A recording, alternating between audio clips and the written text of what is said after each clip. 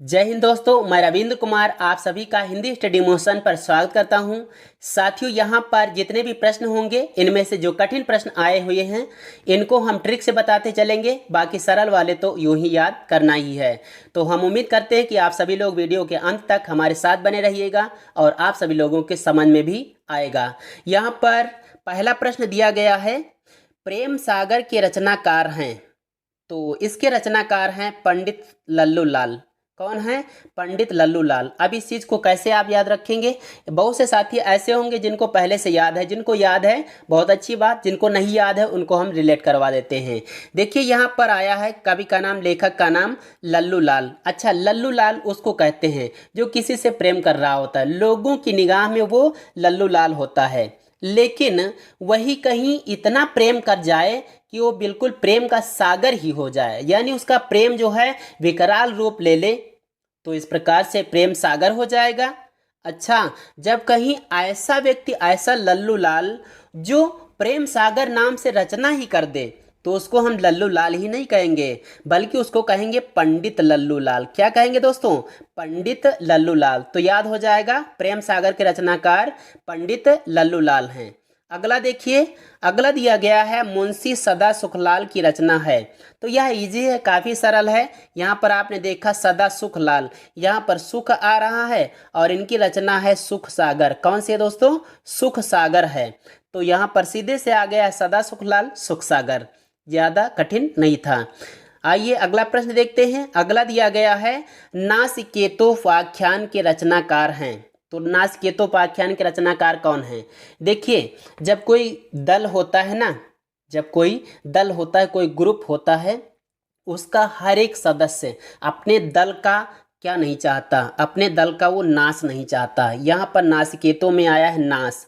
हर एक दल का हर एक सदस्य अपने दल का नाश नहीं चाहता। तो नासिकेतोपाख्यान किसने लिखा है? सदल मिश्र ने लिखा है। किसने लिखा दोस्तों? सदल मिश्र ने लिखा है। अगला देखिएगा, अगला प्रश्न आपके सम्मुख दिया गया है, परीक्षा गुरु के लेखक हैं। परीक्षा गुरु के लेखक कौन हैं? तो इसके लेखक हैं लाला श्री निवास दास। कौन है दोस्तों? लाला श्री निवास दास जी हैं। और ये जो परीक्षा गुरु है ये सबसे पहला उपन्यास है। चलिए अगला प्रश्न देखते हैं। किशोरी लाल गोस्वामी की रचना है।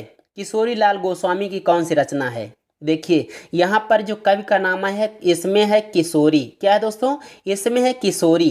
किशोरी बिल्कुल लेडीज नाम लगता है ना? लेडीज लगता है ना। और यहाँ पर जो रचना आई है वह भी लेडीज वाली कुछ लग रही है, इंदुमती। कौन सी है भैया? इंदुमती। तो किशोरी लाल गोस्वामी की रचना है इंदुमती। और ये जो इंदुमती है यह हिंदी की सबसे पहली कहानी है। यहाँ पर दोस्तों जो हमने लेखक का नाम, कवि का नाम किशोरी लाल को लेडीज कह दिया है दोस्तों, हम क्षमा चाहेंगे। यहाँ पर हमने आपको याद कराने के लिए ऐसा कहा है। चलिए अगला देखते हैं। ये भी इसी से ही आ गया है, इंदुमती है। तो इंदुमती हमने कहा हिंदी की पहली कहानी है। क्या है दोस्तों?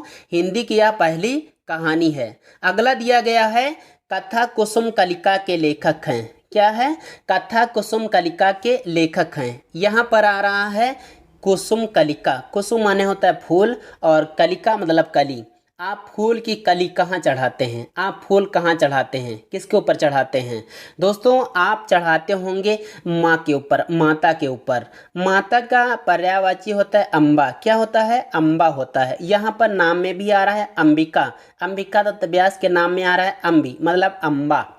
तो कुसुम कलिका, फूल की कली आप चढ़ाते हैं अम्बा, अंबिका के ऊपर। यानी कुसुम कथा कुसुम कलिका जो रचना है यह अंबिका दत्त व्यास की है। चलिए अगला देखते हैं। अगला दिया गया है धोखा निबंध के निबंधकार हैं। तो धोखा निबंध के निबंधकार कौन हैं?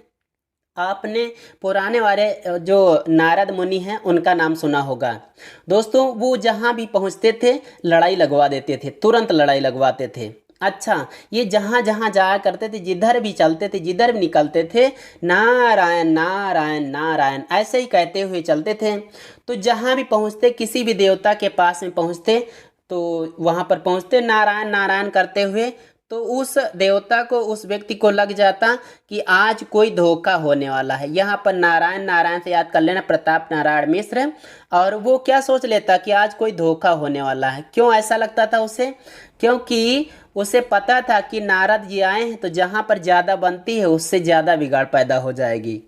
ठीक है, तो आप इस प्रकार से याद रखिएगा कि धोखा जो रचना है यह है प्रताप नारायण मिश्र जी की। और जो प्रताप नारायण मिश्र जी हैं इन्होंने ऐसे निबंध लिखे भी हैं, जैसे धोखा लिखा है, बात लिखा है, मुच्छ लिखा है, भाव लिखा है, दांत लिखा है। ये सब क्या है? शारीरिक अंगों के ऊपर ये लिख दिए हैं। बड़े अजीबोगरीब लेखक रहे हैं। चलिए अगला देखते हैं। अगला आया है प्रश्न, देवकी नंदन खत्री की रचना है। तो देवकी नंदन खत्री की कौन सी रचना है? यहाँ पर इजी आ गया है, बिल्कुल इजी है, चंद्रकांता। कौन सी रचना है? चंद्रकांता है। अगला दिया गया है, गोदान किस विधा की रचना है? गोदान किस विधा की रचना है? गोदान हो, गबन हो, निर्मला हो, ये सब क्या हैं दोस्तों? ये सभी हैं उपन्यास। क्या हैं ये सभी? ये सभी हैं उपन्यास। अच्छा, किसके उपन्यास हैं? तो उपन्यास सम्राट के नाम से जाने जाते हैं एक लेखक, एक उपन्यासकार, जिनका नाम है मुंशी प्रेमचंद। तो उन्हीं का उपन्यास है गोदान। चलिए अगला प्रश्न देखते हैं। अगला यहाँ पर दिया गया, साधना संग्रह किस विधा की रचना है? साधना संग्रह, यहाँ पर आ रहा है साधना। आप साधना करने जाते हैं, मंदिर को पूजा करने जाते हैं, तो आप क्या करते हैं? वहाँ पर कुछ करते होंगे ना?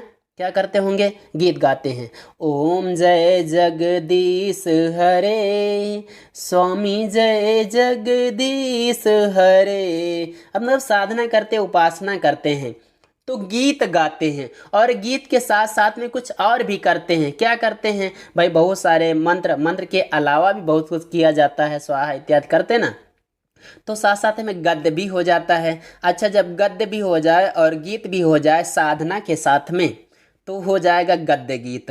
यहाँ पर हमने याद कराने के लिए आपको कहा है कि ये जो साधना संग्रह रचना है यह है गद्य गीत।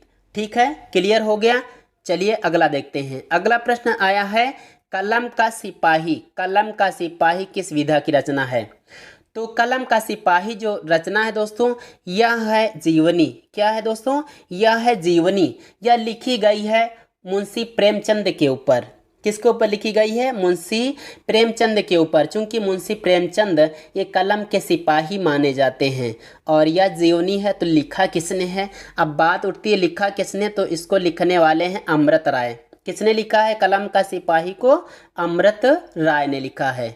चलिए अगला प्रश्न देखते हैं। अगला दिया गया है, महादेवी वर्मा की संस्मरण रचना है। तो इनकी संस्मरण रचना कौन सी है? संस्मरण मतलब याद होता है। अच्छा, इन्होंने रचनाएं ऐसी भी लिखी हैं जो संस्मरण भी हैं। जी हाँ दोस्तों, हुआ क्या था ना, हम आपको एक कहानी सुनाते हैं। देखिए, इनके पति देव का नाम था डॉक्टर स्वरूप नारायण वर्मा, और दोस्तों ये जल्दी ही स्वर्ग सिधार गए थे। अच्छा, जब इनका जल्दी स्वर्गवास हो गया तो महादेवी वर्मा जी को याद आती है, काफ़ी याद आती है। लेकिन होता क्या है, याद तो आती है साथ साथ में, लेकिन आपने सुना होगा इनके बारे में, ये प्रधानाध्यापिका भी थी। और ये प्रधानाध्यापिका थी, जब कॉलेज को जाया करती थी, लौट के आती थी, इनके जो रास्ते के साथी थे ना, वो बहुत ही इनकी मदद करते थे। क्या करते थे? वो बहुत ही मदद करते थे। कौन करते थे भैया? वो करते थे पथ के साथी, रास्ते के साथी इनकी बहुत मदद करते थे। और इनको फिर जब ये घर को लौट के आती थी तो उनको याद आती थी। किसकी याद आती थी? पतिदेव की याद आती थी, और फिर पथ के साथियों की याद आती थी। तो यहाँ पर आपने याद किया, ये संस्मरण रचना जो इनकी है यह है पथ के साथी। क्या है? पथ के साथी। चलिए अगला प्रश्न देखते हैं। अगला दिया गया है, किस रचनाकार के निबंध प्रायः संस्मरणात्मक हैं? तो याद किसको आएगी? महादेवी वर्मा जी को आएगी। यहाँ पर जो है ये ए वाला विकल्प सही है। कौन सा सही है? ए वाला, यानी महादेवी वर्मा। इनको किसकी याद आती है? अपने पतिदेव की याद आती है। चलिए अगला देखते हैं। यहाँ पर दोस्तों इन सब चीज़ों को हमने याद रखने के लिए ऐसा कहा है ना, और उसकी वास्तविकता क्या है इससे आपसे विशेष मतलब नहीं है। आप इसको याद रखिए, इतना काफ़ी है। आचार्य रामचंद्र शुक्ल की रचना है। तो आचार्य रामचंद्र शुक्ल की रचना जो है यह है चिंतामणि। कौन सी है? चिंतामणि। जहाँ पर रामचंद्र होते हैं वहाँ चिंता मन में नहीं रहती है। क्या होता है? जहाँ पर रामचंद्र जी होते हैं वहाँ पर चिंता जो होती है मन में, चिंतामणि मतलब चिंतामन, तो चिंता मन में नहीं रह जाती है। तो इस प्रकार से याद रखिएगा, रामचंद्र शुक्ल की रचना है चिंतामणि, और चिंतामणि के 3 भाग हैं। अगला देखिए, कंकाल, तितली और तो ये दोनों जो उपन्यास, इनके लेखक कौन हैं? आपने याद किया होगा कि कंकाल, तितली, इरावती, अपूर्ण किसके साथ याद किया है? जयशंकर प्रसाद जी के साथ में याद किया है। यानी कंकाल, तितली ये दोनों उपन्यास जो हैं जयशंकर प्रसाद के हैं। अच्छा, इसको आप कैसे याद रखोगे अगर ना याद हो? कंकाल, आदमी कंकाल हो जाता है बड़ी गरीबी में, आदमी कंकाल हो जाता है दुख में, और दुखों का पहाड़ जो जयशंकर प्रसाद जी के ऊपर टूटा है ना, उसकी हम कुछ कुछ कह ही नहीं सकते, उसके बारे में कुछ कह ही नहीं सकते, इतना दुख इनके ऊपर पड़ा है। तो कंकाल, तितली ये दोनों जो उपन्यास हैं जयशंकर प्रसाद के हैं। अगला देखो, रेखा चित्र विधा से संबंधित कृति है। यानी यहाँ पर ऐसी कौन सी रचना है जो कि रेखा चित्र है? रेखा की चित्र, तो यहाँ पर इजी है, सीधा सा आ गया है स्मृति की रेखाएं। और जो ये स्मृति की रेखाएं रचना है यह महादेवी वर्मा की है। चलिए अगला देखते हैं। ये अगला आया है, पुरस्कार कहानी के लेखक हैं। तो पुरस्कार कहानी के लेखक कौन हैं? पुरस्कार ऊपर वाला देता है, जो ज़्यादा दुख में पड़ता है और कर्म करते जाता है तो ऊपर वाला उसको पुरस्कार देता है। शंकर जो हैं वो पुरस्कार देते हैं। तो जयशंकर प्रसाद जी ने क्या लिखा है? पुरस्कार लिखा है। और ये जो जयशंकर प्रसाद जी हैं ये महान नाटककार हैं। अगर नाटककारों में भी पूछ ले कि ऐतिहासिक नाटककार कौन हैं, तो वही हैं भैया, यही हैं जयशंकर प्रसाद जी। चलिए अगला देखते हैं। ये दिया गया है, अहम ब्रह्मास्मि, मैं ही ब्रह्मा हूँ, I am the divine flame. कहानी के लेखक कौन है? इस अहम ब्रह्मास्मि को किसने लिखा है? यहाँ पर ये बात कही गई है तो इसको लिखा है भीष्म साहनी ने। किसने लिखा भैया?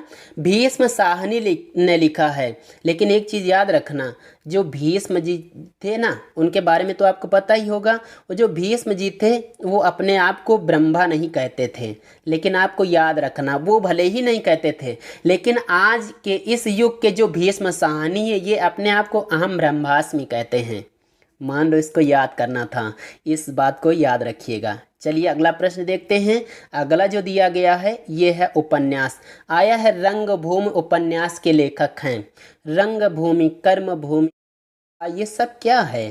किसके उपन्यास हैं? अब इसके बारे में तो आपको पता ही हो गया होगा कि यह जो रंगभूमि उपन्यास है यह मुंशी प्रेमचंद जी का है। इसका मतलब ये डी वाला विकल्प यानी घ वाला विकल्प सही हो जाएगा। अगला फिर दिया गया है यहाँ पे, मैला आंचल। मैला आंचल उपन्यास के लेखक कौन हैं? तो मैला आंचल, आंचल का मैला हो जाता है जब उसके ऊपर धूल, जब उसके ऊपर रेड़ पड़ जाती है। क्या पड़ जाती है? रेड़ पड़ जाती है, अर्थात धूल पड़ जाती है। तो जो आंचल होता है वो मैला हो जाता है। तो इसको किसने लिखा भैया? फणीश्वर नाथ रेणु ने लिखा है। मैला आंचल, फणीश्वर नाथ रेणु। अगला भी इसी से संबंधित है। यहाँ पर कह रहा है कि मैला आंचल उपन्यास है। अच्छा एक चीज़ बताओ, जो आंचल होते ज़्यादा गंदे कहाँ पे होते हैं? आप बता सकते हो? देहात में ज़्यादा गंदे हो सकते हैं क्योंकि यहाँ पर धूल गर्दा कुछ ज़्यादा ही होता है ना। तो इस प्रकार से आप याद रखिएगा, आंचलिक। क्या याद रखोगे भैया? आंचलिक याद रखना है। तो मैला आंचल जो उपन्यास है यह आंचलिक उपन्यास है। चलो अगला देखते हैं, यशपाल किस युग से संबंधित हैं? तो यशपाल जो हैं ये दोस्तों शुक्लोत्तर युग से संबंधित हैं। किस युग से संबंधित भैया? शुक्लोत्तर युग से संबंधित हैं। चलिए अगला देखते हैं। अगला दिया गया है, गुनाहों के देवता उपन्यास के लेखक हैं। गुनाहों के देवता किसका उपन्यास है? जहाँ पर गुनाहों के देवता होते हैं वहाँ पर धर्मवीर, भाई धर्म का जो वीर होता है वो गुनाहों के देवता को बख्शता नहीं, छोड़ता नहीं है। क्या करता है? फिर उपन्यास ही लिख डालता है। तो धर्मवीर भारती ने क्या लिखा है भैया? गुनाहों का देवता उपन्यास लिखा है। अगला दिया गया है, चिता के फूल। क्या भैया? चिता के फूल किस विधा की रचना है पूछा जा रहा है। तो चिता के फूल जो रचना है दोस्तों, यह रचना है आपकी कहानी। क्या है? कहानी है, यानी इसका ग वाला विकल्प सही हो जाएगा। अच्छा अगर हम बात करें यह किसकी कहानी है, तो यह कहानी है रामवृक्ष बेनीपुरी की। अच्छा, इससे तो आपको याद हो गया कि यह जो रामवृक्ष बेनीपुरी का नाम आया है ये तो आपकी पुस्तक में है जी, इसीलिए तो यहाँ पर पूछा गया और आपके पेपर में भी पूछा जा सकता है। अगला देखो, अगला दिया गया है स्वामी दयानंद सरस्वती की रचना है। अच्छा, यहाँ पर आ रहा है सरस्वती, क्या आ रहा है सरस्वती। सरस्वती जी जो हैं ये जहाँ भी रहती है वहाँ पर सत्य के अर्थ का प्रकाश करती हैं। क्या करती है भैया, सत्य के अर्थ का प्रकाश करती हैं। इस प्रकार से याद रखिएगा, स्वामी दयानंद सरस्वती ने लिखा है सत्यार्थ प्रकाश। अगला दिया गया है चुंगी की उम्मीदवारी। क्या है, चुंगी की उम्मीदवारी किस विधा की रचना है। चुंगी की उम्मीदवारी, इसको हम खेल सकते हैं। कैसे खेल सकते हैं, एकांकी के स्वरूप खेल सकते हैं। इस प्रकार से चुंगी की उम्मीदवारी जो है यह एक एकांकी है। अगर हम बात करें ये किसकी एकांकी है, चूंकि आपके पेपर में ये भी आ सकता है कि यह किसकी एकांकी है, तो यह दोस्तों एकांकी है बद्रीनाथ भट्ट की। किसकी है भैया, बद्रीनाथ भट्ट की है। याद रखिएगा, बद्री नारायण चौधरी प्रेमघन मत कर देना, ठीक है। बद्रीनाथ भट्ट, क्या है, बद्रीनाथ भट्ट। चलिए अगला देखते हैं। अगला आया है शिक्षादान एकांकी के लेखक हैं। इसको भी हम रिलेट करेंगे, हर एक लेखक के साथ में जो भी रचना आएगी हम रिलेट करते चलेंगे, लेकिन यहाँ पर इस चीज़ को हकीकत में मत लीजिएगा, ये काल्पनिक है मान लो, ठीक है। आपको याद रखना इस प्रकार से। तो यहाँ पर आया शिक्षा दान। आप शिक्षा का दान किसको करोगे, या आप शिक्षा का दान किसको करना चाहोगे।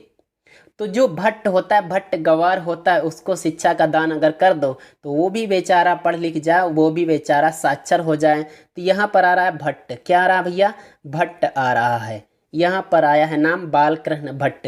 तो बालकृष्ण भट्ट की एकांकी है शिक्षा दान। इस प्रकार से याद रखिएगा कि बालकृष्ण भट्ट की एकांकी का नाम है शिक्षा दान। अगला दिया गया है श्रृंगार रस मंडन। श्रृंगार रस मंडन रचना है, किस भाषा में, किस शैली में है इत्यादि बताना है, किस विधा में है। तो दोस्तों यह जो है यह है ब्रज भाषा गद्य की रचना। क्या है भैया, ये ब्रज भाषा गद्य की रचना है। अगर हम बात करें ना कि श्रृंगार रस मंडन किसकी रचना है, तो यह रचना है गोस्वामी विट्ठल नाथ की। किसके भैया, गोस्वामी विट्ठल नाथ की रचना का नाम है ब्रज भाषा श्रृंगार रस मंडन, जो कि ब्रज भाषा में लिखी गई है। अगला आया है मदालसा। क्या आया भैया, मदालसा आया है, किस युग से संबंधित पूछा गया है। मदालसा दोस्तों यह है भारतेंद्र युग से संबंधित है। किससे संबंधित है, भारतेंद्र युग से संबंधित है। अच्छा, अब यहाँ पर आपने संबंध तो जोड़ दिया कि मदालसा भारतेंद्र युग से संबंधित, और दोस्तों यह जो है निबंध है। और दूसरी बात और मेन बात ये है कि ये जो निबंध है ना मदालसा या भारतेंदु हरिश्चंद्र का ही है, ठीक है। तो इस प्रकार से आप इसको याद रखिएगा। चलिए अगला देते हैं। अगला है भूदान यज्ञ के लेखक हैं। भूदान, भू का दान, पृथ्वी का दान, ऐसा यज्ञ कोई करे, उसकी आप भावनाओं को पार पा सकते हैं क्या, उसकी भावनाओं को आप पार पा सकते हैं भैया, बहुत कठिन उसकी भावनाओं को पार पाना। और वो कौन है, विनोबा भावे जी हैं, जो कि भूदान यज्ञ करते हैं। अगला दिया गया है चंद छंद वर्णन की महिमा के रचनाकार हैं। तो चंद छंद वर्णन की महिमा किसकी रचना है, कविगंग की है। किसकी भैया, कविगंग की रचना है चंद छंद वर्णन की महिमा। तो यह पूछी जाया करती है अक्सर परीक्षाओं में, ठीक है, इसलिए इसको बहुत ही अच्छे तरीके से याद रखिएगा। चलिए अगला देखते हैं, यह काफ़ी इंटरेस्टेड है। अगला प्रश्न, अष्टयाम के रचनाकार हैं। तो अष्टयाम किसने लिखा है, यहाँ पर आप जो देख रहे हैं बी वाले विकल्प पर, ख वाले विकल्प पर, नाभादास। अष्टयाम के रचनाकार हैं नाभादास। लेकिन अगर आप बात कर लें अग्रदास की, तो इन्होंने भी अष्टयाम नाम से रचना की है, जिसको रामाष्टयाम भी बोलते हैं।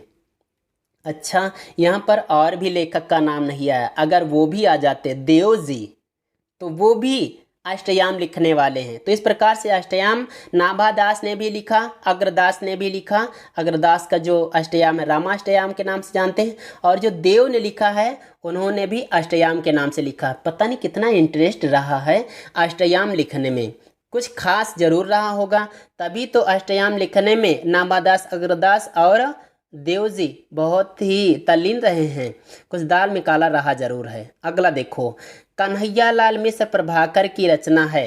कन्हैयालाल मिश्र प्रभाकर, अच्छा, कन्हैया लाल मिश्र जो प्रभाकर हैं, इनको एक चीज़ बिल्कुल विशेष लगी है। क्या? इनको माटी जो थी वो सोना लगी। अच्छा, इतना ये कन्हैया जो है अपनी धरती से प्रेम करते थे। कैसे याद रखोगे इसको? वही हम जोड़ रहे हैं कि जो कन्हैया थे इतना प्रेम करते हैं ब्रज की भूमि से कि उसकी भूमि को, वहाँ की मिट्टी को सोना मानते हैं। तो इस प्रकार से याद रखिएगा कि ये जो कन्हैया लाल मिश्र प्रभाकर जी हैं, इन्होंने माटी हो गई सोना रचना की है। चलिए अगला प्रश्न देखते हैं। अगला जो दिया गया है ये है पागल पथिक। पागल पथिक किस विधा से की रचना है? तो किस विधा से संबंधित यही बताना है। तो ये जो पागल पथिक है, हम बताएं, आपने रास्ते रास्ते बहुत से ऐसे व्यक्तियों को देखा होगा जिनसे किसी से कोई लेना देना नहीं होता है, बिल्कुल होते हैं पागल जैसे। पथिक मतलब राही, राही ऐसे राही जो जिनसे कोई मतलब नहीं होता, बिल्कुल पागल से क्या करते हैं, जो पागल होते हैं ना, वो गीत गाते हुए चलते हैं। उनकी ना कोई लय होती है, ना ताल होती है, ना कोई धुन होती है, बस गाते चलते हैं। बीच बीच में पता नहीं क्या बकबक भी करते रहते हैं तो गद्य भी हो जाता है। तो पागल पथिक किस विधा की रचना भैया? ये है गद्य गीत। अच्छा, ये किसकी रचना है अगर ये बात कर लें तो पागल पथिक रायकृष्ण दास की रचना है। चलो अगला देखते हैं। अगला दिया गया है कुहासा और किरण किस विधा से संबंधित रचना है? कुहासा और किरण, कुहासा और किरण, कुहासा मतलब कोहरा होता है, कोहरा और किरण, कोहरा और किरण। अब आप सोच रहे होंगे क्या नाटक किए हो गुरुजी? तो दोस्तों यह नाटक ही है। क्या है ये नाटक ही है। चलो अगला देखते हैं जो कि इसी से ही संबंधित है। पूछ रहा है कुहासा और किरण के लेखक कौन हैं? बहुत अच्छी बात आ गई है, आखिर कुहासा और किरण को लिखने वाले हैं कौन? तो ये हैं विष्णु प्रभाकर जी। कौन है भैया? विष्णु प्रभाकर जी हैं। विष्णु प्रभाकर ने लिखा है कुहासा और किरण। अगला दिया गया है साहित्य संदेश पत्रिका के संपादक कौन हैं? साहित्य संदेश, आपको पता होगा शायद कि पहले लोग संदेश जो भेजते थे लिफाफे में भेजते थे, कोई कार्ड लिख के लिफाफे में डाल देते थे। लेकिन हम एक लोग की बात बताएं, वो लिफाफे में संदेश स्वरूप क्या भेजते थे? लिफाफे में दोस्तों गुलाब रख के भेजते थे। बिल्कुल अलग रहे, बिल्कुल भिन्न रहे हैं वो। कौन रहे हैं भैया? वो हैं गुलाब राय, जो साहित्य का संदेश जब किसी को लिफाफे में भेजते थे तो गुलाब भेजते थे। चलिए अगला देखते हैं। ये दिया गया है चांद, प्रभा और प्रताप, ये तीनों पत्रिकाएं किस युग से संबंधित हैं? तो दोस्तों ये जो पत्रिकाएं हैं ये संबंधित हैं, अब बता ही दें, ये द्विवेदी युग से संबंधित हैं। किस युग से संबंधित है भैया? ये द्विवेदी युग से संबंधित हैं। अब केवल इतना ही नहीं, कोई सटीक यही इतना नहीं कह देना कि द्विवेदी युग से ही संबंधित है, लेकिन विशेष बात आ गई इसलिए कहा गया है कि ये द्विवेदी युग से संबंधित हैं। लेकिन अगर कोई कह दे क्या यही संबंधित, नहीं भैया, और भी आगे भी चलती रही हैं, प्रकाशित होती रही हैं, लेकिन विशेष रूप से आप द्विवेदी युग को टिक कीजिएगा। अगला देखो, ये आया है हंस के संपादक थे। तो हंस के संपादक कौन थे? हंस, माधुरी, जागरण, मर्यादा, ये सब किसके किसके पत्र पत्रिकाएं हैं? ये हैं भैया मुंशी प्रेमचंद के। किसके हैं? मुंशी प्रेमचंद के। अगला देखो, और आज का अंतिम है यहाँ पर, हिंदी के प्रचार के लिए बनारस अखबार का प्रकाशन किसने किया था? हिंदी का प्रचार करने के लिए बनारस अखबार, अच्छा, खाई के पान बनारस वाला, अच्छा, ऐसा काम कौन कर सकता है? पहले ज़माने की बात है, क्योंकि अब आजकल होता तो बहुत सारे रईस लोग हो गए हैं जगह जगह पे, हर एक शहर में वो बनारस अखबार क्या कहीं भी कोई भी अखबार चला सकते हैं, लेकिन पहले लोग इतना बड़े नहीं हुआ करते थे। तो ऐसा जो काम करने वाले थे वो कोई राजा ही थे। कौन थे भैया? राजा शिव प्रसाद सितारे हिंद। कौन थे? राजा शिव प्रसाद सितारे हिंद ने बनारस अखबार का प्रकाशन किया था। तो दोस्तों यहाँ तक आपने समझा, तो हम उम्मीद करते हैं कि यह वीडियो आपको अच्छा लगा होगा और हमारी ट्रिक भी का आपको कुछ पसंद आई होगी। अच्छा, पसंद आई हो तो दोस्तों वीडियो को लाइक कीजिए, एक दोस्त को कम से कम शेयर भी कीजिए, और अगर आप इस चैनल पर नए हैं तो चैनल को भी सब्सक्राइब कर लो, क्योंकि हम आगे भी वीडियो ऐसे ही लाते रहेंगे। आइए चलते हैं दोस्तों अगले वीडियो में, अगला कोई टॉपिक लेकर फिर से उपस्थित होंगे। जय हिंद, वंदे मातरम।